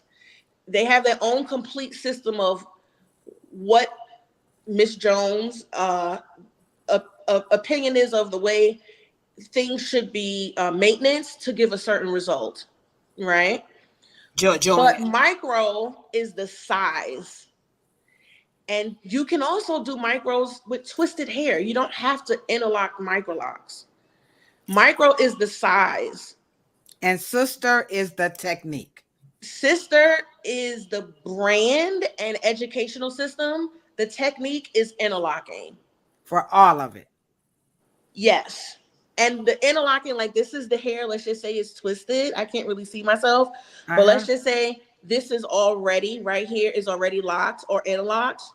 And then here's the new growth where you can, just like any lock that's interlocked or retwisted in any, lock way, you can put your finger through here. But instead of putting your finger, you take the other end of the already locked hair and you pull it through. And now it tightens the open base. What the French toast and bologna sandwich? Sure. I can barely see myself on the screen, so I hope that you guys are seeing it right. I think we did good. So wait, hold on. I'm sorry, Dosh. Yeah. Interlocking, the hair is pulled through the base. Traditionally, the hair is Make us manipulated and pressed together to create the tendril. So there's two different ways to create the lock. And they're secured differently. The interlocking is knotted at the base. And this is all palm rolling, comb drag method, and interlocking. They're all techniques on how to keep the tendril integrity in place. So where your hair looks like that tubular shape from root to tip. Well, it should not be product. It should not be sticky product to hold your hair stuck together. It should be manipulation of the hair that keeps the hair in that tubular shape. Okay, so now Miss Lawana, Cheryl, she has a question that her hair is sheds, right? But she noticed that when her hair sheds, her bulb is red and not white. And I said, that's a question for Cheryl. Absolutely. I'm gonna take my drink. I'm listening. Is it microscopically red, or is it on the surface, or does it appear red? Right. What do you mean microscopically? You know, I'm from the hood. I'm from the project. You know what I'm saying? Yeah. She has to microscopically see if it's red. Now, let's just say this: you guys have had a client, right? Who is reddish black, but you know that that's not their natural color, right? And once you adjust the pH, it's dark black again. The reddish hue has been removed because, of course, the pH is adjusted. But she is looking at that from her eyes. But is that actually an optical illusion, or is it actually the waxy bulb? Because the wax is white. Okay. So is it like the bulb that's painted with blood, or is it like the waxy part that is red? Well, the microscopic would be like the flesh of it being red, right? And the appearance would be like something on top of it. Right. The bulb is only white because it's wax. Oh, it is wax. Okay, I didn't know that. I keep that. Let me drop the bomb. Did y'all see that? I know that it was wax. Yeah. Right here on Planet Pluto Pseudo. The problem with lock education is that people think the bulb is actually white. No. And Cheryl said the bulb ain't white. It's the actual wax that's coating the bulb that's white. And for that, we get what? Drop the bomb. Drop the bomb. All right. Because you can see through the wax sometimes. You can see through it. Well, that's sebum is waxy. It's not. Sebum is not water soluble. Yes, exactly. Right. So most bodily fluids, except urine, and which is the same water as in your saliva, and that is salty water actually. But any other subsequent gland is fatty acids and lipids. Yeah, eye boogers. Boogers, mucus, earwax, that's mucus, vagina. That's more protein, but the point is that all of that stuff is not soluble in water. So Lawana, and that's why when you shampoo the locks, when you get a really good shampoo and rinse, get all of the old product buildup and stuff off, you may see those bulbs come up to the surface and the external part of the lock. You may not see it before you shampoo the hair, but once you really get a good shampoo to clean off all of that buildup, that can create a coating and give you like an optical illusion, like you say, like the reflection of light and all that type of stuff. Once you get it off, then you can see things more, I guess, the real natural appearance of. So you're saying that Lawana might just be, it's an optical illusion. Maybe that's what she's looking at on the red bulb. Well, one of the things that, let's just say, if a person who is quite fixated and looking at their bulbs, that from a naked eye could be what we call an optical illusion. Well, what about Wike? Can you Wike. read what Wike just said? Can you see that, Cheryl? I can. I didn't read it. Okay. So Wike says the root is attached to the blood supply. So maybe that's why it's red. It could be folliculitis, inflammation of the hair follicle. Ooh, that sounds There like we my go. middle name. I'm gonna name my baby folliculitis of the inflammation. Junior. That's not true. Okay, so why is it that her blood supply could not be making it red, and why could it not be folliculitis and inflammation of the hair follicle, Junior? Did she bleed when she pulled it out? Why did you bleed? Is the question. Did you bleed? No, you didn't. Okay. No, you didn't. Cheryl, because the bulb is inside like a capsule, not a capsule, but it's inside, and the striated nerves and just like the muscles and stuff, striated muscles, that's connected to the outside. That's connected to this. Where's my hand? It's connected to this part, right? Not this. Not the. There you go. There you the go, bulb Cheryl. that goes into the. Right? But you have to understand, because keratin grows stacked on stacked on stacked on stacked on stacked. Yes. That particular, now you don't see the papula. Right. You only see the hair bulb. Right. And the hair bulb is not consistently attached to the papula. Depending on what stage it's in, right? The growth stage, right? Right, but the growth stage is not connected to the red or that blue vein. Right. The papula, exactly. Okay.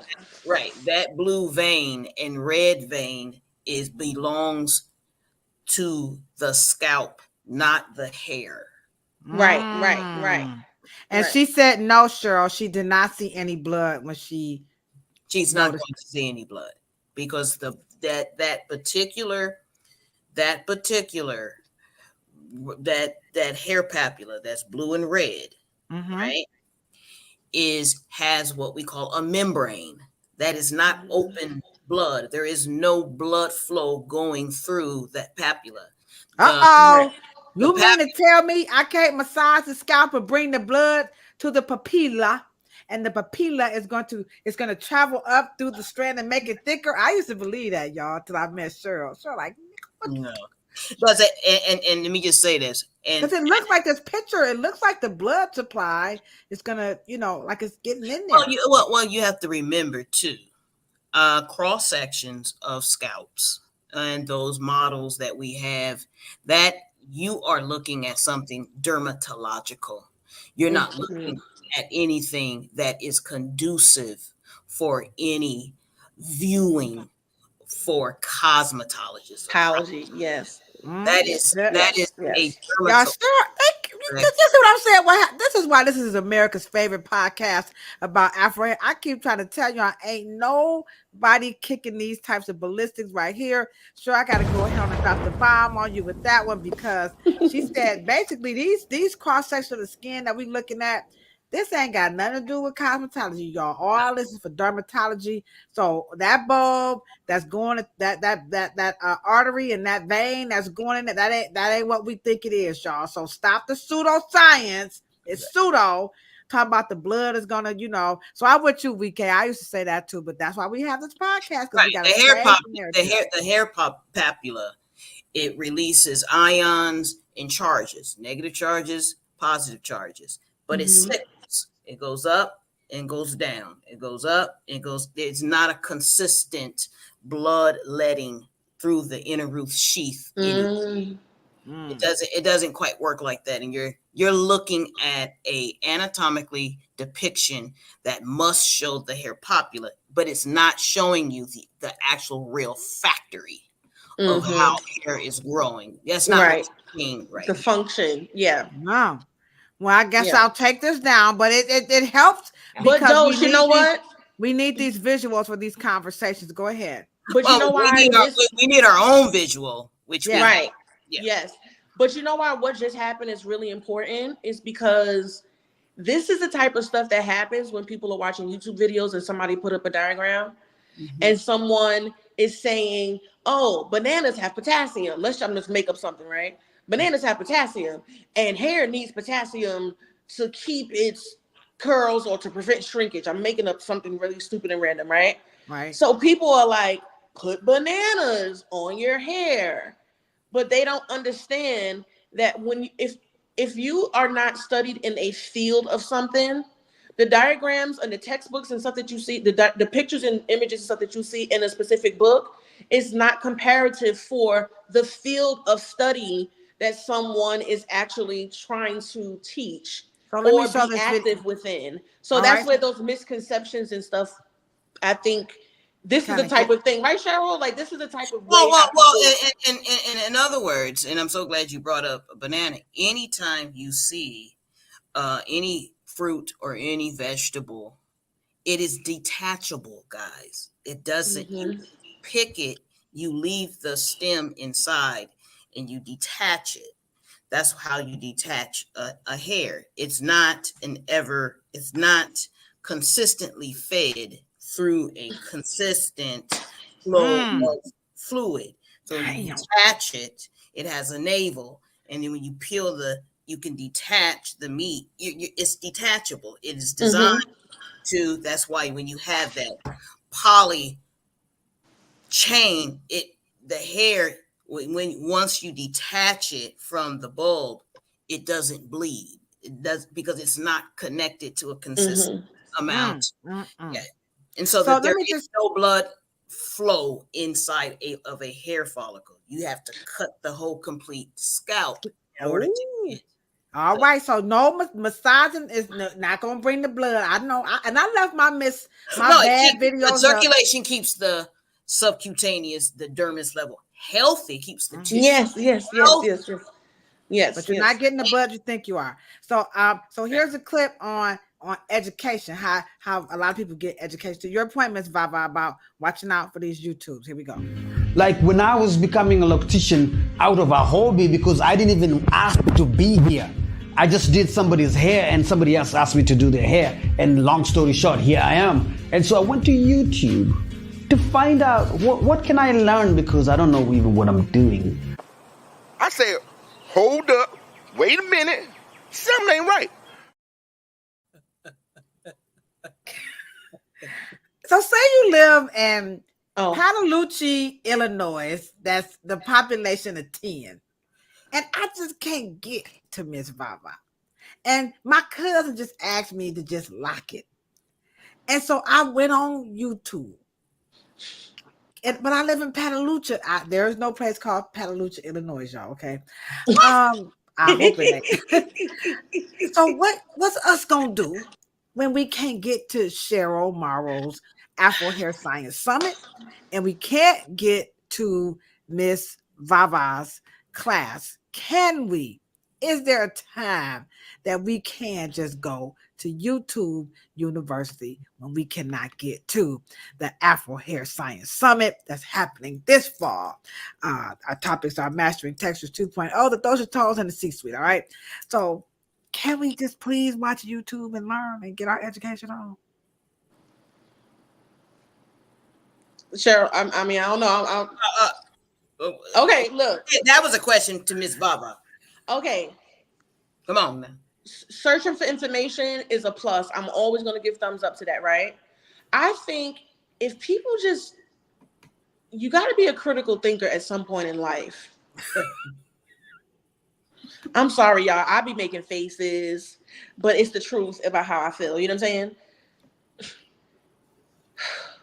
If you wash dishes and you do whatever you do and you put it inside the dish drainer, but when you go back to make your plate of food, that bowl greasy, meaning you didn't get the results that you know you're supposed to get, then that means there was an error in your process.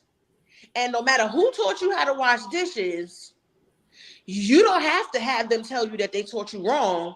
Your experience, first off, your appreciation for natural hair, the love for your community, your personal level of integrity, and just your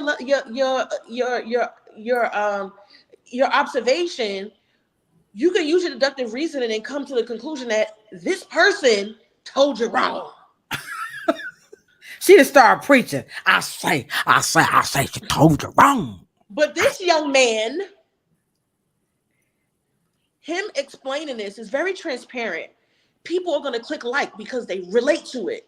But the way he runs his standards for being a loctician is evident of what he just said. Oh, why? You know what, sure. I try to tell y'all. Y'all thought Miss Jane was on fire, but y'all just see right now. I'm sorry, y'all. Go head on and drop the bomb because I told y'all, Esther. I blame all this on you because as our de facto producer, you told us, and Cheryl and I, we listened to you. So everybody, give Esther again a big fat round of applause because she helped us take this platform to the next level.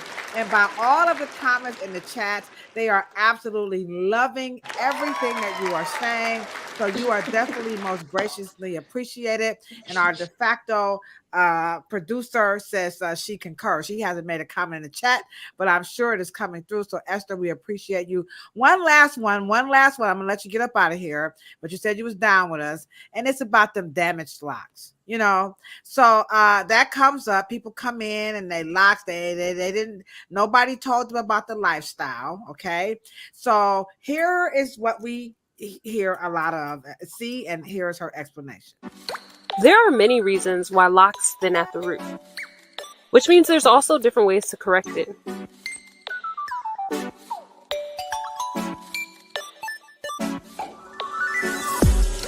So I'm going to strengthen this lock using crochet.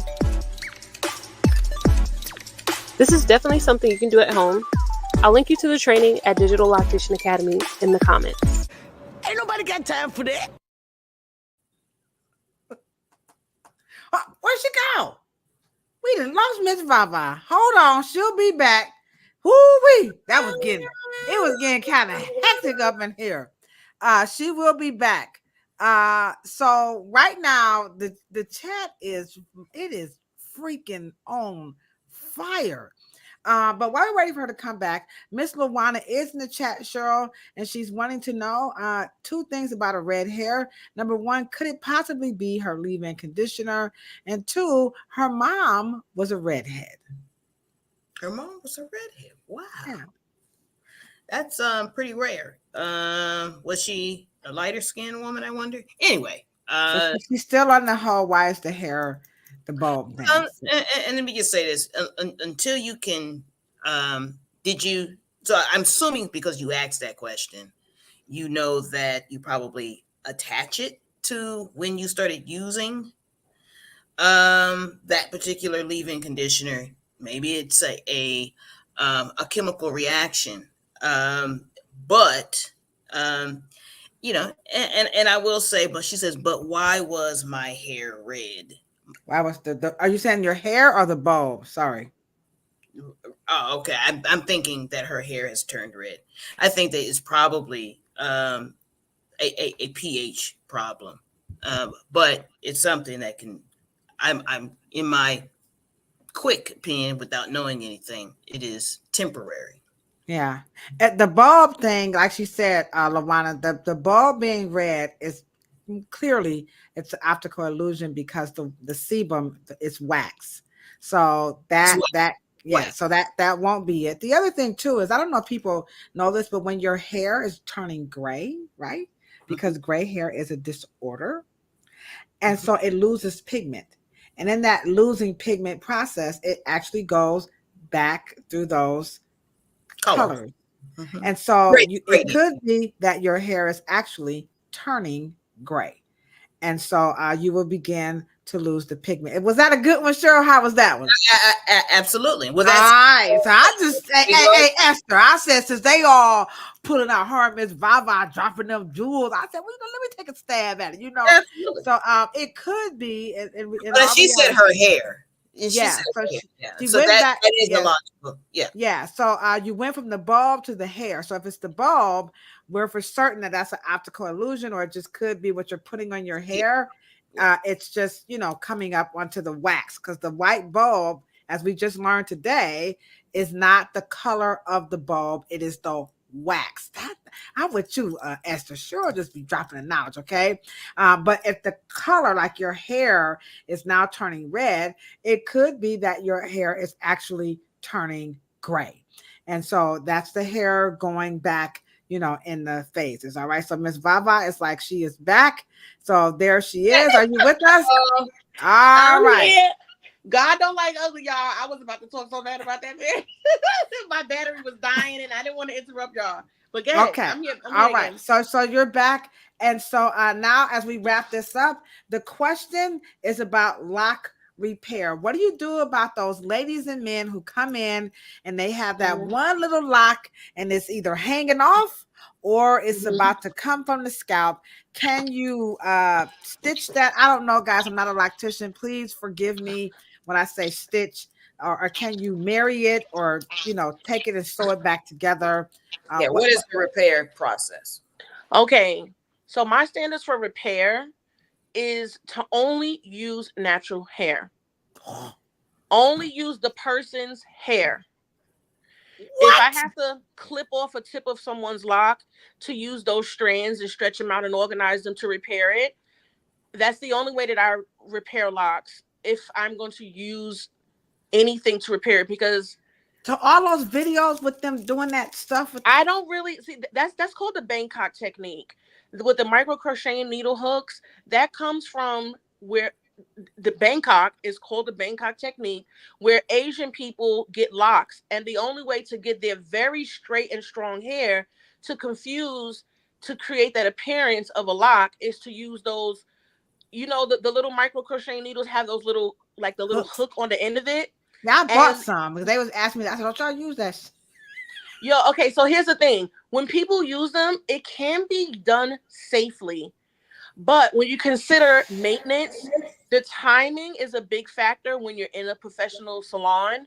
So most of the time, people are doing it and snatching the hair, and those little hooks are snatching the hair versus just confusing them. You remember when you used to like play sticks when you were younger? And you threw them all down and all of the lines were going in different directions? That's basically what the micro crochet needles, if you were looking into the lock this way, like, right, if you were looking into the lock, you will see basically the little hooks are pulling the hairs in different directions, which is making a confusion of the hair. It's basically like a manual. It's like imitating what curly hair naturally does, which is the matting, right? But most of the time people are using this technique improperly. So I don't really encourage people to do it unless they are going to really study how to do that properly. But everything is stronger than your natural hair. Thread, connect-along hair, plastic hair, human synthetic hair, or even, and I don't know what the proper way, the PC way to say it, but straight hair, Asian, Caucasian, and Indian hair. Now, I don't really believe in that because I know people that have straight hair and their complexion of being a Black or African American person does not matter. And there are people, you know what I'm saying? I can't hear you, Dosh. The stereotype. We got you. The stereotype. Okay. Yes. And that's really big in the lock community. Like people say you got soft hair. I don't allow those terms to be used. Good hair, bad hair, all that type of stuff to be used inside the salon or in this, my classes, because there's so much that goes along with it, unless we're going to break it down. But I just ask people, just think of it this way. If I'm going to sew a button onto my shirt, am I going to use hair or am I going to use thread? Or am I going to use hair or am I going to use connect-along hair? Am I going to use hair or the human synthetic hair, which is actually plastic? Connect-along hair is pressed out flat like linguine, right? But the human synthetic hair that people buy in those bundles, it's not human hair. It just replicates the way it looks, meaning it's pressed out round and thinner. So people think it's human hair, but it is human synthetic hair. Oh my God. Hair. Oh my gosh. Oh boy. So here, Esther is saying that there's a gentleman named African Hair Guy who had locks in his beard. Man, I made a comment on his Oh, I love him. Oh, I love him. Man, they ripped me a new asshole because I said, well, anywho. So he had his beard was locked. He And has locks so, in his beard with a bald head now. He changed and his hairstyle a lot. yeah, so she said he took them out, to your point, because they were unraveling, trying to do that because the technique was thinning the beard. And so that's Yeah, what you're because saying. the hair is being, that's why it's not really wise to do it. Because when you are doing a retwist, you are maintaining, you're doing a maintenance technique to the base of the hair, which is the closest to the scalp. So when that pulling and stuff is happening, there are random strands of hair that no level of, because if you can't see through walls, you definitely cannot see through a lock to see if that one strand of hair is pulling, you know what I mean, in someone's scalp. So Okay. that's why I don't really believe in it being done close to the scalp as a normal regular repair. And that's why I would encourage Mr. Chris to look a little bit further or be more detailed in generally speaking about that technique, because it can be problematic if people don't really understand that it needs to be done gently. And when that technique is typically used, it should be used with just the natural hair, not adding anything else into it, because we all know that the reason why we wouldn't choose our hair to sew a button on is because we know our hair is weaker than all of the other fibers that people are choosing to put in their Can hair. you start locks with artificial hair? You can, but the person's ability to use whichever technique it is that they're using for maintenance, there's normally a very gentle hand that it needs to have, and you don't gain that. I think that comes more along with experience. You ever seen a young girl or young boy learn to braid hair, and they are pulling on the hair because they're trying to control the hair? But after they have a little more experience, they know all I have to do is just press it and the hair will move. I am in control of the hair. When people are new in education, when it comes to hair, there is an insecurity, just like any level of education, but they also feel like the hair is in control and they have to make it, do something. So they over create tension and make desperate decisions instead of understanding the way hair behaves and just the strength of the hair when it's healthy, the strength of the hair when it's not healthy. You know what I mean? The strength of the hair when someone's hair is healthy, but it's just not as strong as somebody else's healthy hair. You know what I Wow. mean? I got you. It's I all got it's you. all relative. It's all relative. Okay. All right. So we're gonna wrap this up. Cheryl, close us out. Before we just kiss all over Miss Vava's booty because she was so Oh. good. Because she said something that needs to be talked about. And that's the whole, because people think that locking hair, that did come up in the chat. Well, why are people locking their hair in the first place? And it's that whole fight, with this texture. And I noticed that, like, we have the Rev Air, the blow dry. People just always want to go so hard at Afro hair. Why do people want to just be so raw? Like, they just, why is that? Or as we wrap this up, and so we appreciate you guys. So why are we so attacking it like that? Or Cheryl, what is that all about? Either or. Go ahead, Baba. I think that this is why I like to approach all levels of consideration with locks.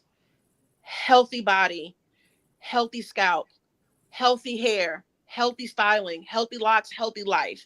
All of these things contribute to all of these things, right? But if you have an experience where you have some insecurity or your experiences, it's hard to do.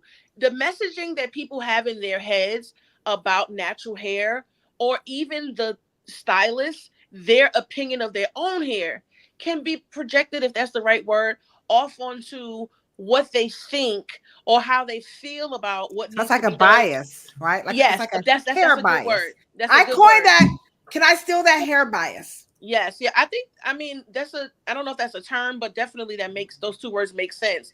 But absolutely, that I think contributes to that. And in the natural hair, in our American culture, when it comes to the idea of natural hair, there's a lot of bad messaging that's taught, even when it's not intentional. right? Like with mommy, because Americans have to work. We need money, right? But mommy wants you to look nice when you go to school. So mommy, it's not that she hates your hair, but she says, girl, get over here, get that comb and brush, let me do your hair. That child is hearing words, but they are receiving messages. And the message is either I don't want to do it, or there's something wrong with my hair, or something, there's a message of negativity that's being impressed upon that child. And those things are like little seeds, they grow. And if you have other people validating your concerns or your insecurities or your experiences, and they are layered on top of another negative idea, on top of another negative idea, we are humans. I think the way our bodies and our nature and how God or the universe or whatever it is people want to, whatever outside source, right? Has created us. Our natural intention is to do better. Our natural intention is to aim towards making something look better, making it feel better. But if you are lacking education and experience, education is not enough. Experience and also the standard that has to be met. All right. For these things to take place, all of those things contribute to someone saying, oh, your hair is thick. Not when it's thick, but when it's high density. Not when it's thick. The thick is, it could be high density. It could be long. It can be too curly. It could be something I never did before. But we just say, oh, it's thick, girl. It's nappy. Really? Yeah, you it's got like coarse a blanket. hair. Yeah, it's coarse. They let it come in. Yeah, they come in. Oh, my hair is so coarse. I'm like, yeah. It's like a blanket message, or like the person can have the most narrowest diameter of hair, and they're like, oh, my hair's so coarse, girl. Because they have coils that you can stick a little pin through. Right. It's okay to have curly hair. It's okay to understand what you need to do to get your hair to be healthy. But of course, long-winded again, let me shut up. I think that is what causes those things.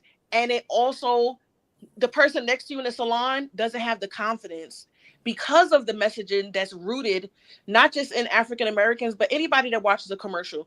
They don't want to say, do this to your hair. They say change your hair. They don't even want to know what kind of hair you have. They don't want to know they don't want to know what type of style you're getting. They just want you to change it. That messaging contributes to us not being able to tell a stylist next to us, you don't have to do it that way. It doesn't take all of that. You just have to do this way. You know what I mean? It's a lot that goes on. I'm shut up now, for real. On that note, you had to get that out. I ain't even stopped you. She was in a zone. Sorry, like, I had to get it out. Well, it was a long, you know what? Some of this stuff is very layered, and you just can't shoot it out into a sentence. And what we're trying to do here on Planet Pluto Pseudo is really hash that out. And so when people watch this post live, they can plug in, because some people don't actually watch the screen. They plug in and they listen. And and the channel is growing. We're about 2 clicks away from reaching our goal of 2,500 followers. And so if you like the content tonight, please go ahead on and hit that subscribe button. We are going to be back next week. Begins our series with legends in the industry, and you guys are going to love this. We have none other than Mr. Ronaldo Jerome is going to kick us off. And then we have Mr. Ivan Williams. And then we have the man. He is the man that's sitting next to the man. Okay. His name is Mr. Christopher, or we call him Chris Blue.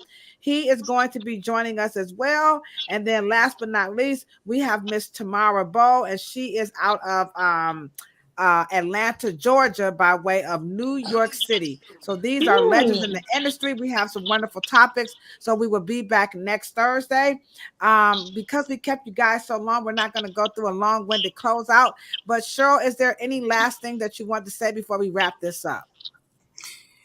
We will be highlighting Afrophobia. I think we all suffer from it. And I think that's the real thing. I think that is what makes us create things like crown acts, our experience. But let me just say this in a short closeout. I think the Afro Science Summit, I welcome you, Miss Vah Vah. We got to all come together and expose us to the best quality education we can. And so, for us to create, I think, an innate Love.